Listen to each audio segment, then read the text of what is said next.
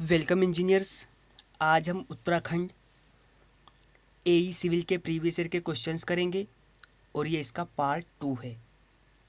आपका पहला क्वेश्चन है, the tie bars in a concrete pavement are provided in. इस क्वेश्चन में आपसे पूछा गया है कि आपकी एक कंक्रीट पेवमेंट में जो है टाई बार जो है वो कहाँ पर लगाई जाती हैं। आपको ऑप्शंस दे रखे हैं, कंस्ट्रक्शन ज्वाइंट पर, एक्सपेंशन ज्वाइंट पर, लॉन्गिट्यूडनल ज्वाइंट पर या फिर कंस्ट्रक्शन ज्वाइंट पर। तो आपकी जो टाई बार होती हैं वो कंक्रीट पेवमेंट में कहाँ लगाई जाती हैं? लॉन्गिट्यूडनल ज्वाइंट पर। ऑप्शन नंबर सी जो है आपका बिल्कुल राइट आंसर रहेगा। फिर आपका अगला क्वेश्चन है, the minimum super elevation on curve should not be less than. इस क्वेश्चन में आपसे पूछा गया है, यहाँ पर आपसे पूछा गया है कि आपके कर्व पर जो है मिनिमम सुपर एलिवेशन किससे कम नहीं होनी चाहिए। आपको ऑप्शंस दे रखे हैं, 5% से कम नहीं होनी चाहिए, 4% से कम नहीं होनी चाहिए, या फिर कैम्बर से कम नहीं होनी चाहिए, या फिर नन ऑफ द अबव। तो आपके कर्व पर जो है मिनिमम सुपर एलिवेशन जो है वो कैम्बर से कम नहीं होनी चाहिए। ऑप्शन नंबर सी जो है आपका बिल्कुल राइट आंसर रहेगा। अगला क्वेश्चन है, the ideal shape of transition curve on roads is. यहाँ पर आपसे पूछा गया है कि सड़क के लिए जो आपका ट्रांजिशन कर्व होता है उसकी आइडियल शेप जो है वो कैसी होती है।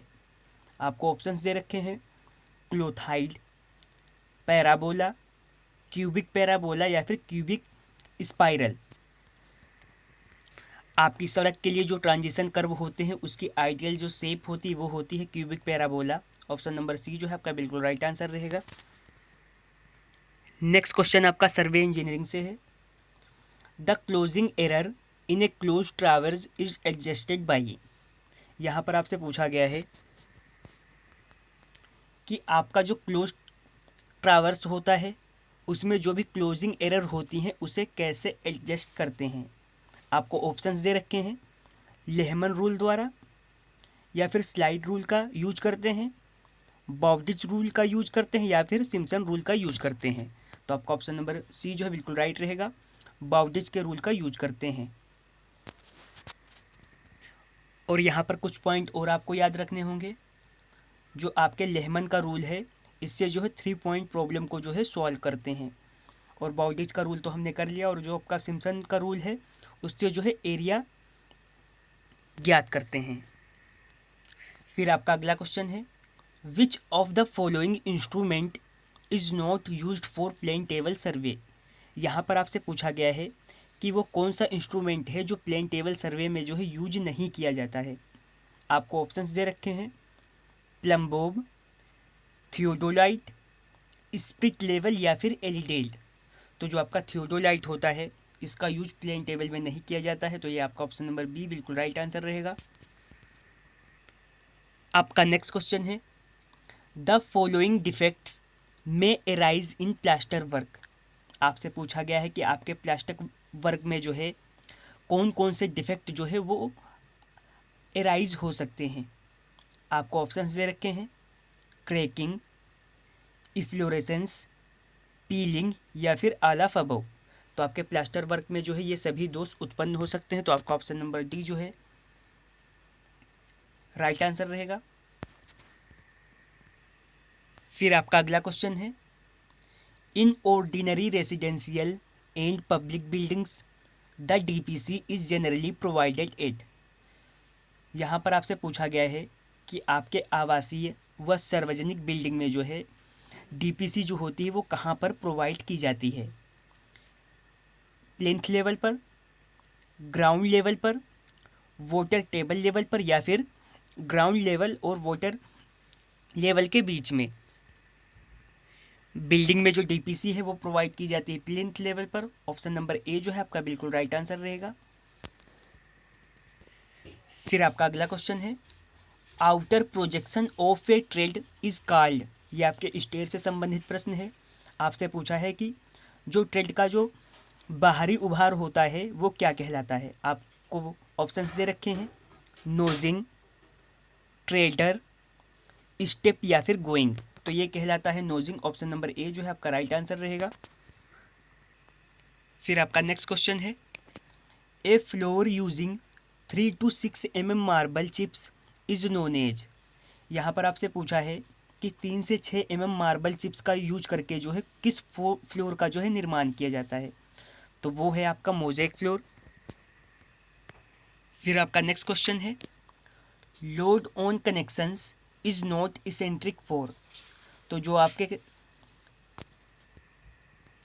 यहाँ पर आपसे पूछा है कि आपके कनेक्शन पर जो है लोड जो है वो इसेंट्रिक नहीं होगा, लेप जॉइंट पर, सिंगल कवर बट जॉइंट पर, डबल कवर बट जॉइंट पर या फिर नन ऑफ अबव पर। तो आपका ऑप्शन नंबर सी जो है वो राइट रहेगा। आपके डबल कवर बट जॉइंट पर जो है कनेक्शन पर जो है लोड इसेंट्रिक नहीं होगा। नेक्स्ट क्वेश्चन है, the maximum allowable deflection in roof Perlin is. तो यहाँ पर आपसे रूफ पर्लिन में जो है परमिसिबल डिफ्लेक्शन पूछा गया है कि वो कितना होगा? 10 mm, L200, L325, L400। तो आपका परमिसिबल डिफ्लेक्शन होगा L200। ऑप्शन नंबर बी जो है आपका बिल्कुल राइट आंसर रहेगा। यहाँ पर आपको पर्लिन से संबंधित और कुछ पॉइंट दे रखे हैं। पर्लिन का जो वेट होता है वो 8 से 15 किलोग्राम मीटर स्क्वायर लिया जाता है, और जो इसकी विड्थ होती है L60 रहती है, लेंथ L45, और इसमें मैक्सिमम बेंडिंग मोमेंट जो होता है वो 10 रहता है, और आपका डिफ्लेक्शन तो हो चुका है। फिर आपका अगला क्वेश्चन है, most economical section for steel column is. यहाँ पर आपसे स्टील कॉलम के लिए जो है मोस्ट इकोनॉमिकल सेक्शन पूछा गया है, कौन सा है? Square section, circular section, tubular section या फिर हेक्सागोनल सेक्शन। तो आपके स्टील कॉलम के लिए जो मोस्ट इकोनॉमिकल सेक्शन रहेगा वो रहेगा आपका tubular section. Option number C जो है आपका बिल्कुल राइट आंसर रहेगा। फिर आपका नेक्स्ट क्वेश्चन है, Bowditch rule is applied in the adjustment of. यहाँ पर आपसे पूछा गया है कि बोर्डिच रूल जो है वो किसके एडजस्टमेंट में जो है अप्लाई किया जाता है? ओपन ट्रावर्स में, क्लोज ट्रावर्स में, लोकल अट्रैक्शन में या फिर नन ऑफ अबव में। तो बोर्डिच रूल जो है उसका यूज कहाँ पर किया जाता है? क्लोज ट्रावर्स में। ऑप्शन नंबर बी जो है आपका बिल्कुल राइट आंसर रहेगा। तो आज हमने यूके पीएससी एई सिविल के प्रीवियस ईयर का पार्ट जो है सेकंड कंप्लीट कर लिया है। ये क्वेश्चंस आपके यूके SSC जेई के लिए भी इम्पोर्टेंट हैं। अगर आपको वीडियो पसंद आई हो तो वीडियो को लाइक करें, चैनल को सब्सक्राइब करें।